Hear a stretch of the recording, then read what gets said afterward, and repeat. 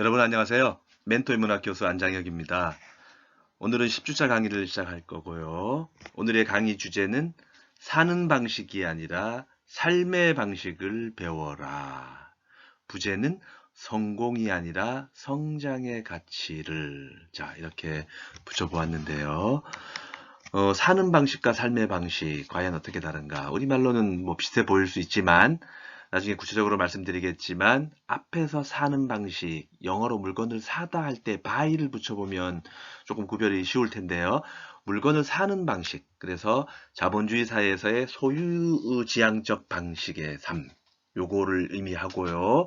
이의 삶의 방식은 그야말로 더불어 사는 삶, 인간답게 사는 삶, 있는 그대로 사는 삶. 자, 이렇게 구별을 지어서 얘기를 할 겁니다. 자, 살펴볼 목차를 보면요. 우선 나는 생존하는 존재인가, 생활하는 존재인가. 그래서 생존과 생활을 구별지어서 한번 짚어볼 겁니다.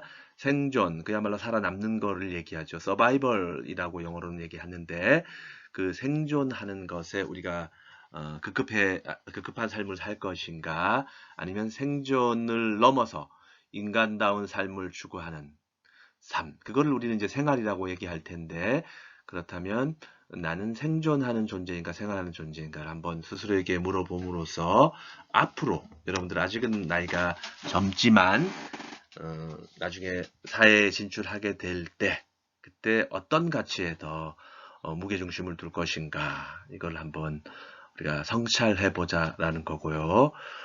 두 번째 목차는 삶이란 사기 위해 살아가는 것이 아니라 살기 위해 사는 것이다. 자, 이게 바로 오늘의 우리 주제와 연관되어 있는 부분이죠. 우리가 무언가를 사기 위해서 살아가는 것과 살기 위해 사는 것. 자, 어떤 게 목적이 되고 어떤 거에 수단이 되어야 되는지 우리가 이성적으로는 분명히 판단할 수 있습니다. 그렇죠? 그러나 현대인들의 대부분들은 사실상 어떻게 보면 어떤 것을 사기 위한, 즉 소유물에 휘둘려서 소유하고자 하는 것을 목적으로 삼고 오히려 우리의 삶 자체를 스스로가 피폐하게 피로하게 만들어 가는 것이 아닌가. 만약에 그렇다면은 그 경우에는 주객이 전도된 거죠. 그리고 목적과 수단이 바뀐 것이기도 하고요. 우리는 결국 그렇게 살아가서는 안 될 것입니다. 자, 그 다음에 따져볼 부분은, 그렇다면 우리가 그야말로 프로다운 삶을 지향할 것인가, 아니면 달인이 될 것인가. 이 차이도 나중에 우리가 구체적으로 살펴보면 분명히 구별이 됩니다. 그래서 미리 얘기하자면 이 프로는 생존 아니면 성공과 관련되어 있는 키워드라고 볼 수 있고요. 달인은 생활 그리고 성장, 이쪽과 관련이 있는 용어라고 일단 말씀드리겠습니다. 자, 그리고 나서 마지막으로 삶의 성장 호르몬은, 성공 호르몬이 아니고 삶의 성장 호르몬은 독서력에 있다. 자, 여기서 독서력, 영어로는 리더십인데, 우리가 보통 리더십 할 때의 스펠링은 R이 아니고 L이죠. 그렇죠? 이끌다라고 하는 리더십인데, 여기서는 R을 썼습니다. 주의해서 볼 필요가 있는 거죠. 그러니까 삶의 성장 호르몬은 독서력에 있다 해서 이 부분은 이번 주에 다루지는 않고 다음 주에 집중적으로 다루긴 할 텐데, 어쨌든 우리가 좋은 책을 많이 읽는 것, 그것이 생활과 성장과 그 다음에 달인에 있어서 필요한 어떤 자양분을 제공해 줄 거라는 얘기를 할 겁니다. 자, 그렇다면 하나하나 살펴볼까요? 제일 먼저 나는 생존하는 존재인가 생활하는 존재인가. 자, 상당히 중요하면서도 어려운 질문이기도 합니다. 파워포인트에 제가 가급적이면 많은 그 정보들을 담으려고 활자화시킨 부분이 많기 때문에 될 수 있는 한 이 슬라이드에 담겨 있는 글들을 빠짐없이 그대로 다 전달해 주는 차원에서 읽어 볼 겁니다. 자, 인간은 살아가면서 늘 삶의 질과 가치를 고민하지 않을 수 없습니다. 어떤 삶이 좋은 삶이고 의미 있는 삶인지 끊임없이 질문하고 대답하는 과정이야말로 우리네 삶의 여정이 되겠죠. 자, 이 긴 여정에서 우리는 생존과 생활이라는 갈림길의 이정표를 만나기도 합니다. 여러분들은 아직은 이제 이런 이정표를 만나기는 않았을 텐데, 이제 앞으로 여러분들이 졸업을 후에 사회에 진출하게 되면 끊임없이 이런 두 갈래길에서 여러분들을 유혹하는 그런 이정표를 만나게 될 겁니다. 자, 어떻게 살아갈 것인가 하는 실존의 문제 앞에서 현실과 이상이 각기 다른 방향에서 유혹의 손짓을 해오는 상황인 거죠. 자, 위에 사진을 보면요. 우리가 보는 쪽에서 봤을 때 왼쪽 손바닥 위에 있는 것, 오른쪽 손바닥에 놓여 있는 것. 자, 각기 다릅니다. 왼쪽, 둘 다 뭐 미래적 가치를 가질 수 있다라고 얘기할 수도 있겠지만, 어찌됐든 왼쪽은 우리에게 당장 먹고 사는 문제를 해결해주는, 그러니까 배고픔을 채워주는, 그런, 어떤 역할을 해주지는 못하고요. 그에 비해서 오른쪽에 그야말로 돈, 우리 돈은 아닌 것 같고, 저기 유럽 쪽의 돈 같죠? 이 돈은 우리에게 당장 빵의 문제를 해결해 줄 수 있다는 것은 있습니다.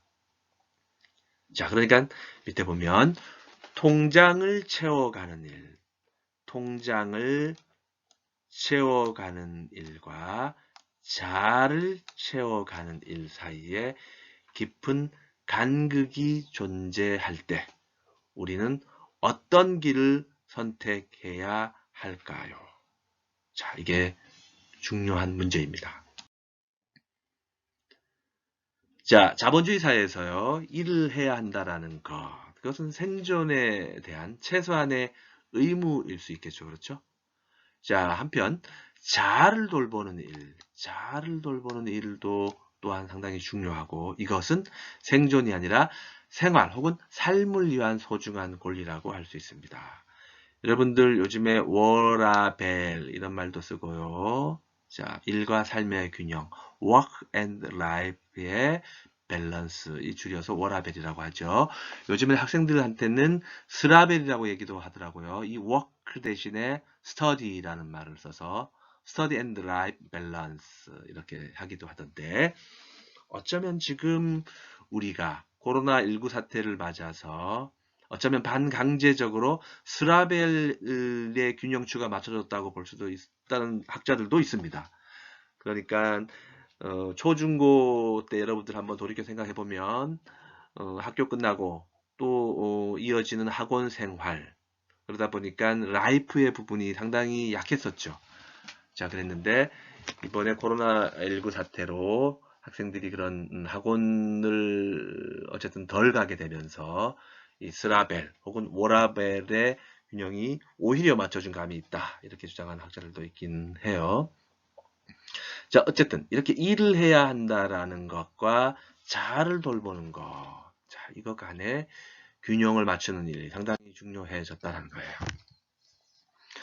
자, 우리가 차츰 얘기하지만 생존할 것인가, 생활할 것인가, 혹은 성공할 것인가, 성장할 것인가. 자, 이렇게 놓고 볼 때, 또 더 나아가서는 뭐 프로가 될 것인가, 달인이 될 것인가, 이렇게 볼 때, 지금 이 예를 들은 이 항목 진영 중에서 앞에 해당되는 것. 그러니까 생존, 성공, 프로. 자, 이 세 키워드들은요, 다 타인으로부터의 인정 투쟁과 관련이 되어 있습니다. 그러니까 남으로부터 인정을 받을 수 있느냐 없느냐에 달려 있다는 거죠. 자, 그에 반해서 생활, 성장, 달인 이 세 단어들은 자기가 자기를 인정해 주는 것과 연관이 있습니다. 그러니까 나를 인정해 주는 주체가 다른 거죠. 다시 말하자면 생존이냐 생활이냐, 성공이냐 성장이냐, 프로인가 달인인가는 각각 나를 인정해주는 주체가 내 밖에 있는가, 내 안에 있는가 이렇게 다르다라는 거죠. 자, 생존은요, 성공이라는 언어에 포박되어 있습니다. 그에 반해서 생활은 성장이라는 언어를 풀어놓습니다. 차츰 이제 계속 반복돼서 나올 텐데 어떤 연결고리가 있는지 여러분들 한번 느껴보기 바래요. 자, 성공은 그 잣대가 타인의 손에 쥐어져 있지만 성장은 내 자신의 가치를 스스로에게 입증하는 것이라 생각합니다. 자, 성장은 지난 2년 동안 나는 얼마나 성장을 했는가. 자, 이랬을 때 내 가치 평가의 기준은 2년 전에 내가 되는 거죠. 그렇죠? 2년 전에 다른 사람이 아니고. 자, 그러니까 성장은 그 평가의 기준 아니면 그 인정 평가, 인정 투쟁의 기준이 바로 내 자신이고 과거의 내 자신이기도 합니다. 타인이 아니라는 거죠. 그러니까 이 경쟁으로 인한 스트레스 이런 것들은 덜 하게 된다는 거고요. 자, 생존은 우리에게 완벽한 프로가 되도록 종용하지만 자, 생존은요, 우리에게 프로가 되도록 종용합니다. 하지만 생활은요, 우리에게 온전한 달인이 되라고 권합니다. 이게 무슨 차이가 있는 걸까요? 자, 생활의 달인들은요, 학벌이나 자격증이나 이런 것들로 승부하는 것이 아니고, 자, 학벌이나 자격증들은 타인이 인정해주는 어떤 것들이죠. 소위 말하는 스펙입니다. 자, 그런데 달인들은요, 그런 것들이 아니고, 그런 양적 평가 기준에 의한 것이 아니고, 그들의 솜씨로 승부한다는 겁니다.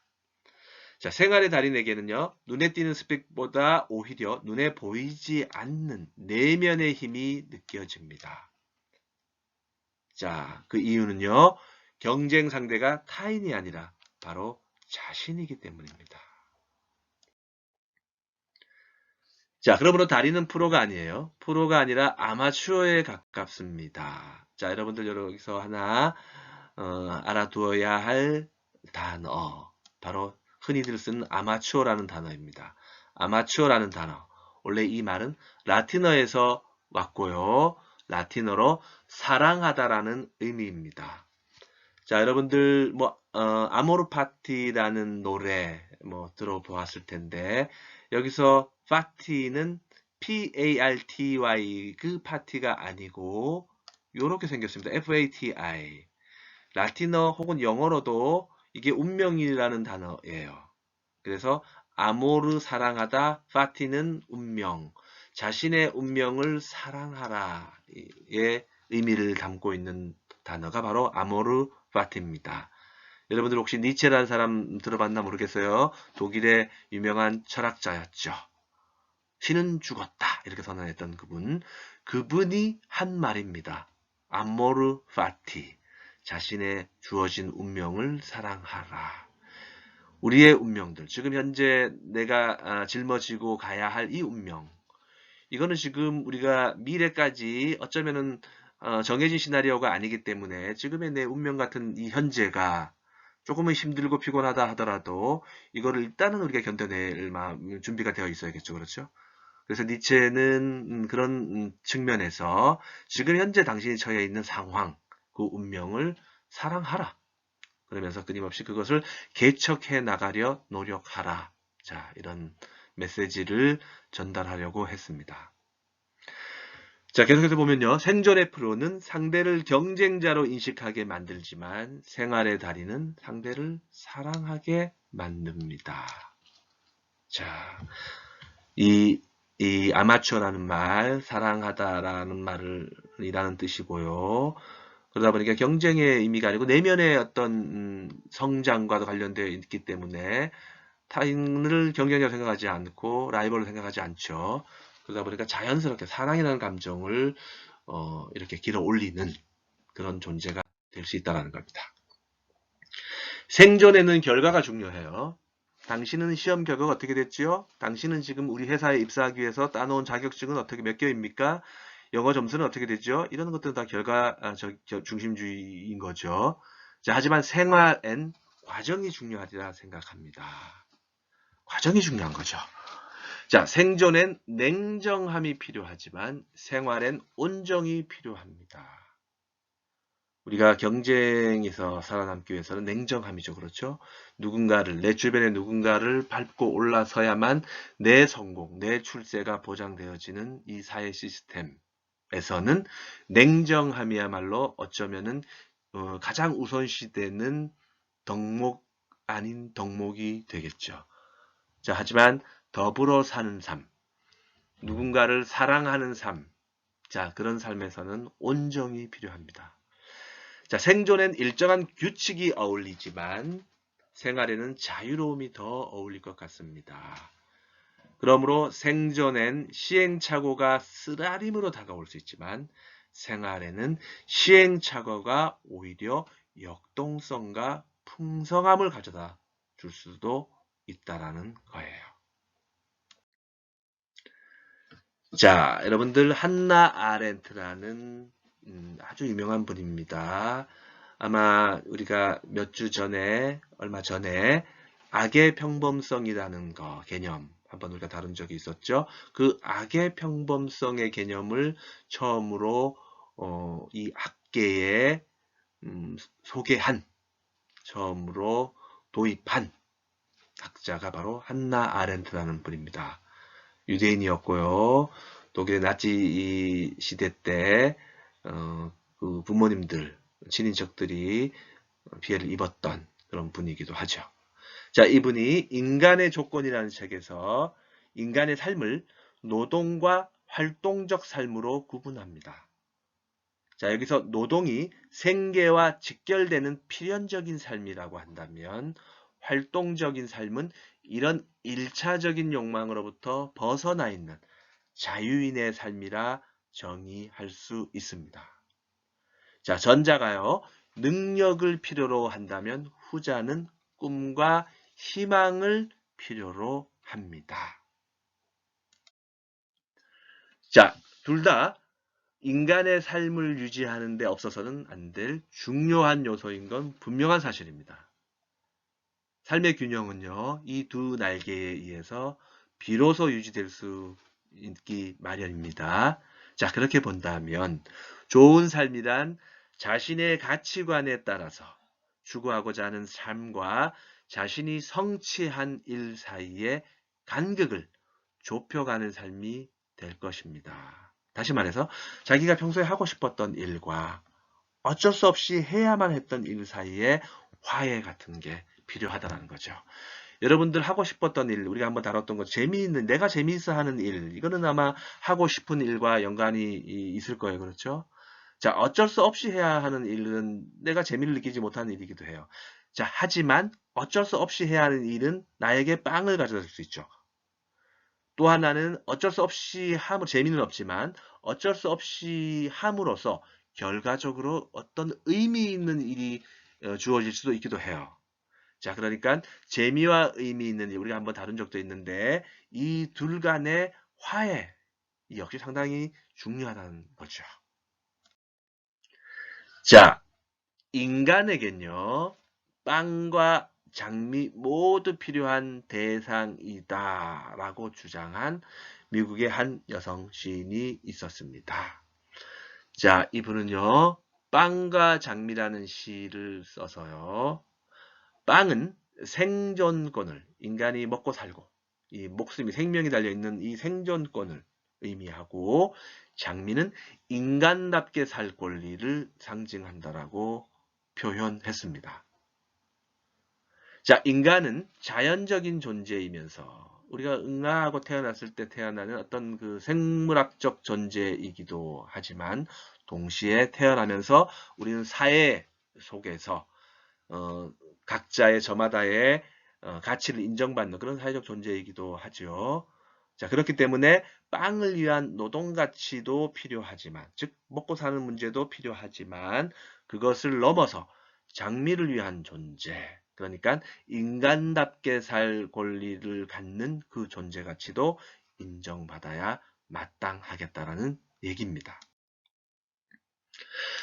자, 장미의 가치를 말할 때 누군가는 이렇게 말할지도 모릅니다. 장미라고 생계를 유지하기에도 벅찬 판에 당장 오늘의 빵도 해결되지 않은 마당에 웬 이데올로기적 사치냐.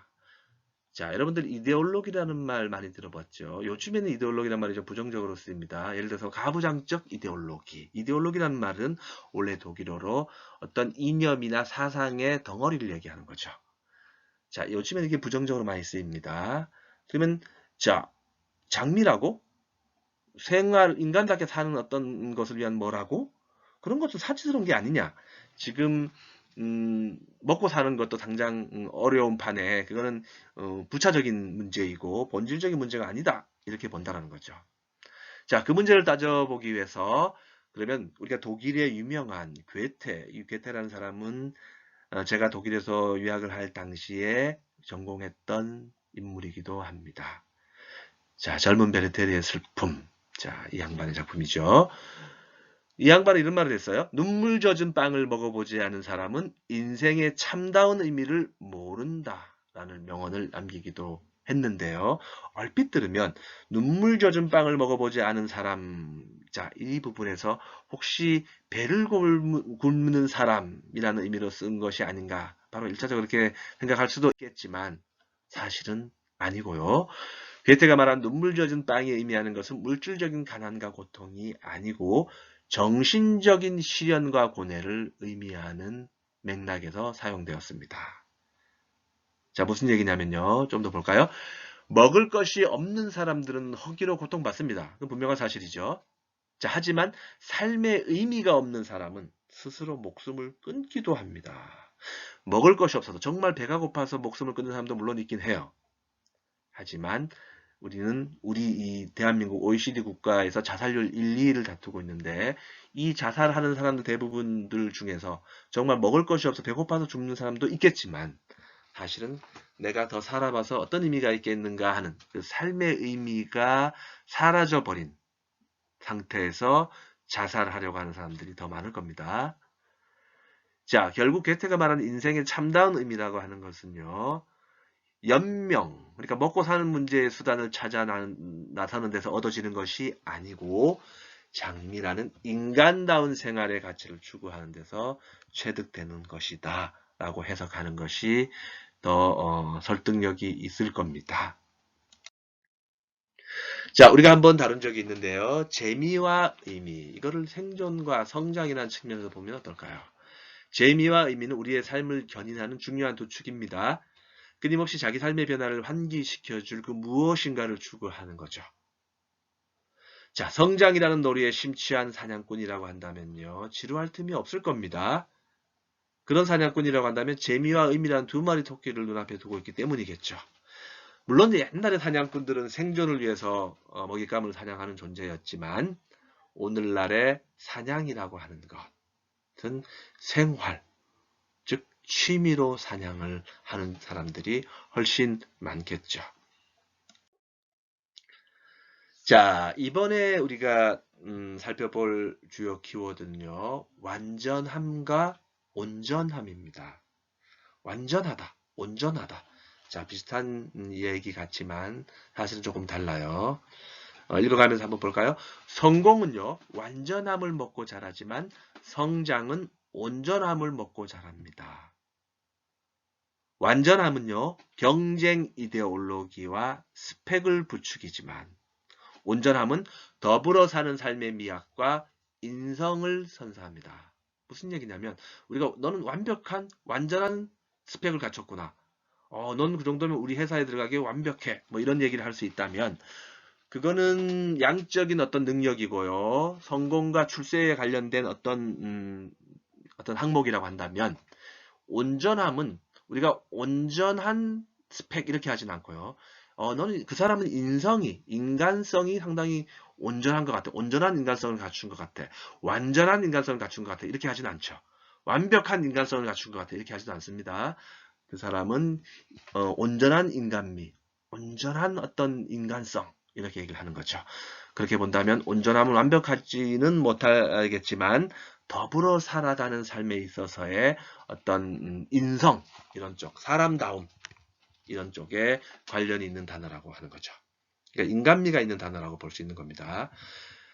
마지막 문장을 보자면 온전함이란 결점이 없는 완벽함이 아니라 신체와 정신이 조화를 이루는 상태를 의미한다는 거죠. 자, 하지만 우리가 살아가고 있는 이 현대 자본주의 사회는요, 우리로 하여금 성공 강박증에 빠져들게 만듭니다. 회사, 가족, 학교, 인간관계 등 모든 곳에서 성공적으로 나를 경영해야만 간신히 버틸 수 있는 사회 속에서 우리 대부분은 일종의 성공 강박증 환자로 살아갈 수밖에 없습니다. 자본주의는요, 삶의 공간을 이러한 공포의 언어로 채워두고는 처세술을 배우라고 또 부추기기도 합니다.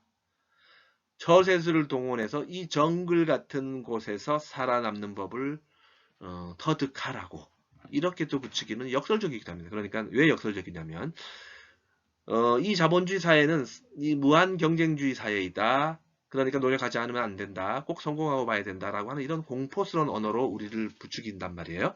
겁을 준다라는 거죠. 그런 다음에 자 살아남기 위해서는 이러이러한 처세술을 익히도록 해. 라고 하는 또 경쟁에서 살아남는 법을 또 익히도록 우리를 또 부추긴다는 거죠.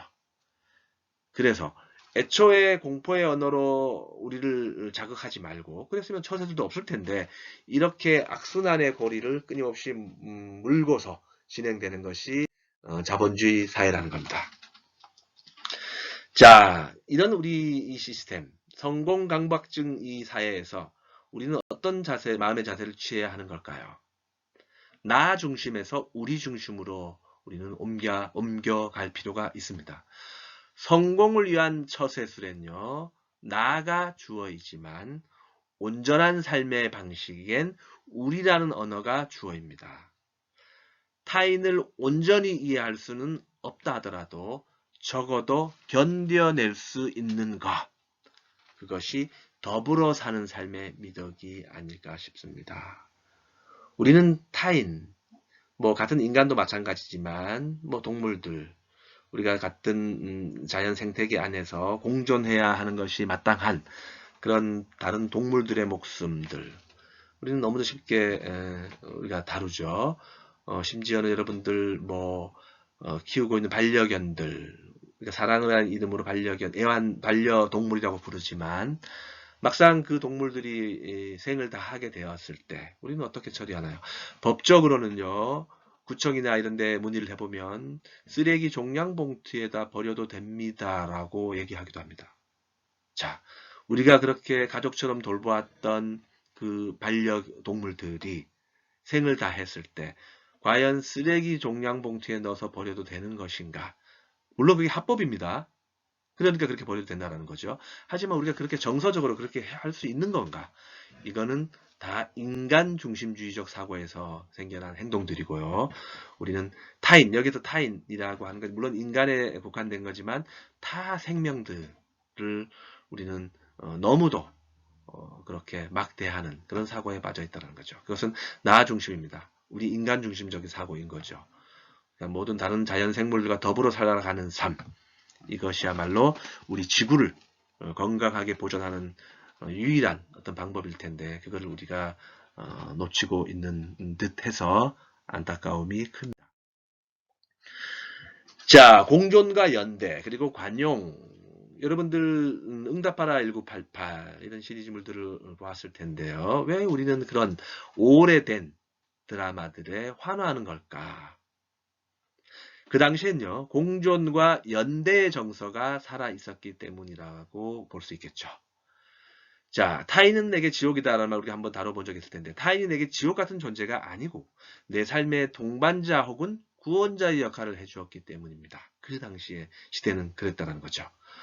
관용은 내게 편안한 사람들과 편안한 삶의 방식을 공유할 공간을 확보해가는 것이 아니라 불편한 사람들과 불편한 삶의 방식을 함께할 공간을 내어주는 것이 진정한 의미에서 관용일 겁니다. 자, 그렇다면 계속해서 나는 생존하는 존재인가 생활하는 존재인가? 자, 이 부분에서요. 한번 따져보고 싶어서 제가 가져온 단어가 바로 중2병입니다. 여러분들도 아마 중2병 시기를 다 거쳐왔을 텐데 기성세대들은 이 중2병을 못마땅하게 생각했었죠. 그렇죠? 저는 근데 약간 시각을 달리해서 중2병에 긍정적인 에너지가 있다. 이렇게 봅니다. 한번 살펴볼까요? 성장의 가치를 온전히 체득하기 위해서 우리는 어쩌면 평생을 중2병을 앓으며 살아가야 할지도 모릅니다. 자, 그 당시에는요, 중2병을 앓으시기에는요, 온몸으로 세상과 교감하고 타인의 욕망이 아니라 온전한 내 욕망에 충실하면서 스스로의 성장을 도모하는 사람들에게 중2는 신체적 나이가 아니라 정서적 나이가 되던 시절이었습니다. 볼까요? 자, 누구든 다 스펙 따져보고 성공과 출세를 얘기할 때 그것이야말로 가장 이상적인 생존 전력이라고 얘기들 할 때 그러한 기존 질서를 비판적으로 바라봤던 시선이 바로 중2의 시선이었던 거죠. 그러니까 개성이 아니라 능력과 처세술에 의해 그 좌표가 정해지는 치열한 투쟁의 장소에서 스스로가 이방인이 되고자 하는 도전적인 시도를 한 시기가 바로 중2병의 건강한 에너지입니다. 자, 그래서요. 대한민국 사회는 사는 법을 터득하기 위해 삶을 바쳐야 하는 역설의 공간이 되어가고 있는 분위기입니다. 일종의 사회적 다윈주의의 시험대로 전락한 셈입니다. 여러분들도 다윈주의 잘 아시죠? 사회적 다윈주의는 자연계에 존재하는 적자 생존의 법칙, 적자 생존의 법칙이 다윈주의잖아, 그렇죠? 자, 적자 생존의 법칙이 사회 안에서 작동하는 것을 묵인하는 논리입니다. 사회적 다윈주의라는 거죠. 그러니까 루저와 이너가 존재한다고 할 때 아니면 흑수저, 금수저, 뭐 동수저 등등 있다고 할 때 어떻든 간에 생존 경쟁에서 뒤떨어진 사람한테는 냉정함의 눈초리만 돌아오는 그런 적자 생존의 법칙이 사회 안에서 작동하는 것을 묵인한 논리라는 거죠. 자, 그런 것은 사회적 불평등함을 정당화하는 시각이기도 해요. 문제가 있는 겁니다. 자, 개인의 가난을 무능력, 게으름, 자질 부족의 결과물로 인식하는 것인데 만약에 다인 선생이 살아있었다면 자신의 이론이 이처럼 악용되는 것을 보고 자괴감을 느낄 수도 있지 않았을까 하는 생각이 듭니다. 자, 그렇다면 독일은 어떨까요? 자, 오늘 수업은 이 독일 얘기까지 하고요. 그 다음에 오늘 수업을 일단 마치고 나머지 수업은 이어서 다음 주에 계속 할게요. 자, 제가 유학한 것은 한 20년쯤 됐습니다. 유학한 적이 있는 독일의 경우는 어떨까요? 독일은 초중고 과정에서 강조하는 교육 이념이 지식이나 기능보다는 가치, 사회 연대, 협업, 협동 이런 류의 인성교육의 방점이 찍혀 있습니다. 인성교육에 있어서요. 사회적 약자나 소외계층, 나와 생각이 다른 사람들과 더불어 살아가는 그런 사회성, 관용 이런 것들을 중요시 여긴다는 거죠. 자, 물론 그 역사적 배경은 있습니다. 집시족과 같은 소수민족, 유대인, 장애인 등 약자를 박해했던 나치 시대의 부끄러운 역사가 있었던 거죠.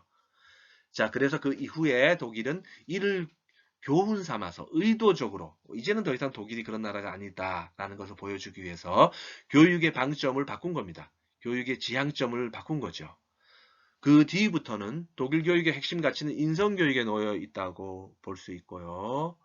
자, 구체적인 교육 방식을 보자면 독일은 교육 환경이 제로섬 게임의 논리가 아닙니다. 여러분 제로섬 게임, 자 영어를 잘 보면 썸은 합산이란 뜻이고 제로죠. 플러스 마이너스 합산이 제로이다. 누군가가 10,000원을 땄으면 누군가는 10,000원을 잃는다. 누군가가 A 플러스를 받으면 누군가는 C 플러스 이하를 받아야 한다라는 것. 자, 둘 다 A 플러스를 받을 수 없고 둘 다 10,000원씩을 벌 수 없는 논리. 그거는 윈윈 게임인데 제로섬 게임은 반드시 승자와 패자가 있게 마련인 게임을 얘기하는 거예요. 자본주의 시스템은 이렇게 돌아가죠. 자, 그러니까 독일은 이와는 달리 모든 평가를 다 절대평가 방식을 취한다는 겁니다. 자, 그러다 보니까 스펙을 우리가 보통 얘기하는 스펙이라는 단어는 스페시피케이션. 자, 이 스페시피케이션이라는 단어는 보통은 물건이나 제품의 사양을 얘기하는 거였죠. 이 제품은 내구성이 어떻고, 이 제품은 뭐 보통 수명이 어떻고 이런 얘기할 때이죠. 사람에게 붙이는 게 아니었습니다. 유독 대한민국에서만 이 스펙을 사람에게 적용시키고 있는데, 그래서 제가 하는 것 중에 하나는 뭐냐면, 스펙이라는 말을 굳이 쓰고자 한다면 스페셜티라는 단어에서 줄인 스펙을 쓰자는 거죠. 스페셜티는 고유성, 독자성, 특수성 이런 의미를 담고 있는 거니까 이렇게 가는 것이 더 낫지 않을까라고 보는 겁니다. 자, 여기까지 오늘은 하고요. 슬라이드 26쪽부터는 다음 주에 계속해서 하도록 하겠습니다. 그러면 오늘도 여러분들 고생 많으셨습니다. 다음 주에 보도록 하지요.